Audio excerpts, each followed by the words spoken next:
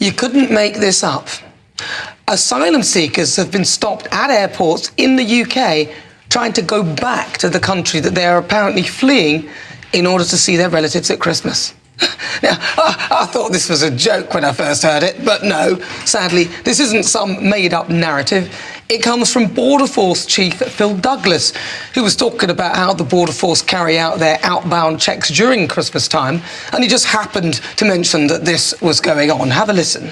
We do find a lot of people who, for example, have claimed asylum in this country and are heading back to their home country for holidays, which obviously isn't allowed. So that was him talking on LBC. So these are people who have come to this country to seek sanctuary and claim asylum, right? But according to the definition of asylum seeker, an asylum seeker is a person who has left their country and is seeking protection from persecution and serious human rights violations in another country, but who hasn't yet been legally recognised as a refugee and is waiting to receive a decision on their asylum claim.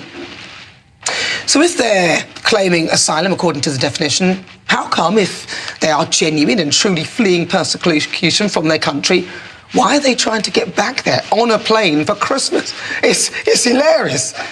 They're obviously not scared of flying, which begs the question as to why they didn't just take a plane in the first instance to get to the UK. Why come via a small boat and pay over the odds to take a trip via an overpriced, dangerous dinghy when a flight would be so much cheaper and considerably safer? Why indeed? Could it be something to do with the hotels, iPad, cash in hand, food and shelter?